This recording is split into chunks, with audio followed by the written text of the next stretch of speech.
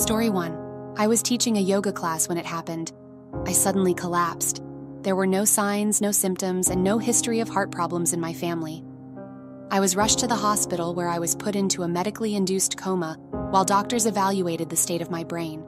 It was a terrifying time, as no one knew if I would wake up, and if I did, what condition I would be in. My perception of the situation was vastly unique. It seemed as though I transcended the limitations of time itself. There was no linear sequence, no transition from one moment to the next. Instead, time took on a fluid and uncertain nature. Without any recollection of how I got there, I found myself walking through a captivating and enchanting forest. It was an ancient woodland, with towering trees that seemed to reach up towards the heavens. The trunks were slender, smooth, and exuded a refreshing energy. The leaves displayed shades of green with a subtle touch of autumn hues. There were magnificent birch trees, yet this forest was unlike any I had ever encountered in reality. It was an entirely unfamiliar world, perhaps the farthest I have ever traveled, although measuring the distance was impossible. In that moment, as the sun began to set and cast a gentle glow over everything, I found myself immersed in a scene that felt otherworldly. The colors, a mix of gold and fading light, painted a surreal picture. The source of the light seemed to come from all directions, yet there was no single point of origin that I could discern. The leaves above me were a blur of colors, too distant to distinguish. It was as if the forest extended infinitely upwards. But what struck me the most was the profound silence. Unlike any forest I had ever experienced, where the air is filled with the sounds of birds, insects, and the rustling of leaves, this place was enveloped in a stillness that was anything but oppressive. It was a liberating silence, as if the earth itself had created a soft, golden-red carpet of leaves beneath my feet. It felt like the autumn of my life. Yet, the most surprising silence was that of my own thoughts. Normally, my mind is a whirlwind of competing thoughts, anxieties, and daydreams. But here in this moment, all of that melted away. My mind was still, like a pool of water without a single ripple. It was a state of complete calm, oneness, and peace. I had a surreal experience where I felt like my spirit was separate from my body, walking alongside a mysterious, androgynous being. This being guided me along a path in the woods, and I felt a sense of peace and happiness in this ethereal space. However, as the path curved ahead, I sensed that if I continued, I would cease to exist in my physical form. Despite my love for the woods and the tranquility I felt, I was suddenly pulled back by a physical sensation at my belly button.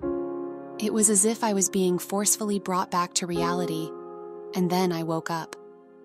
During my coma, my fiancé and mother prayed for my recovery, and I believe their voices called me back from that otherworldly place. After spending 2 weeks in the hospital and undergoing numerous tests, doctors couldn't find any underlying issues with my heart, except for a slight magnesium and potassium deficiency. They concluded that my experience was likely triggered by a symptomless genetic heart condition called long QT. I had a defibrillator implanted as a precaution, but since then I have not experienced any further heart issues. This story was shared by Lauren J. and happened in 2017. Story 2. During this experience, my perception of reality was completely different from what was actually happening. I felt as though I had left my physical body and was observing myself, Sharon, from a different perspective. Instead of seeing myself lying by the pool, I saw myself lying in my bed at home.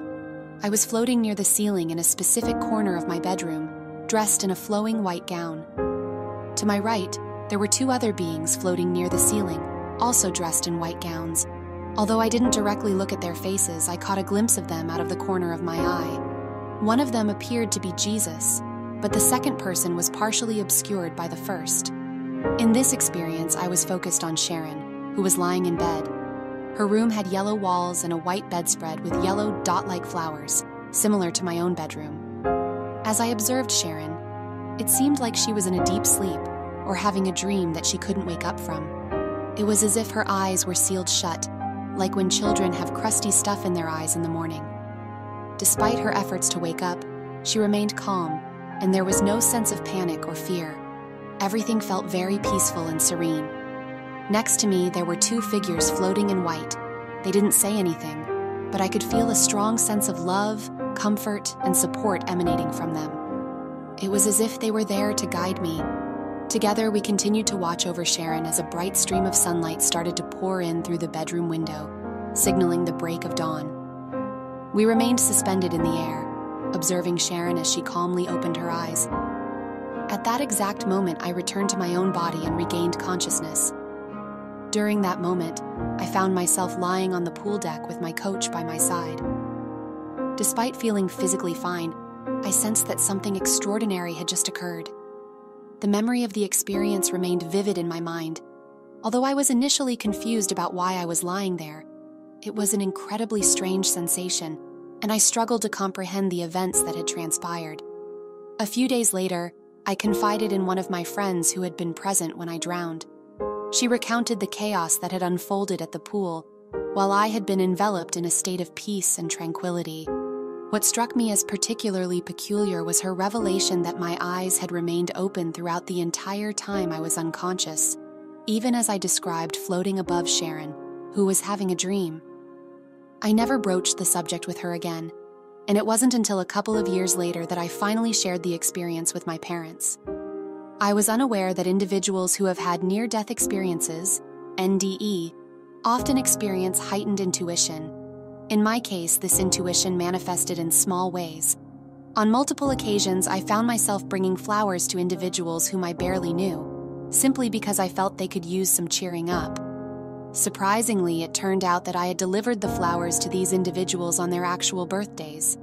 I didn't have enough knowledge about them to know when their birthdays were, but I felt compelled to do it at that specific time. This story was shared by Sharon T. and happened in 1972. Story 3. On 2 previous occasions, the employee who served me coffee mistakenly gave me regular coffee instead of the decaffeinated version.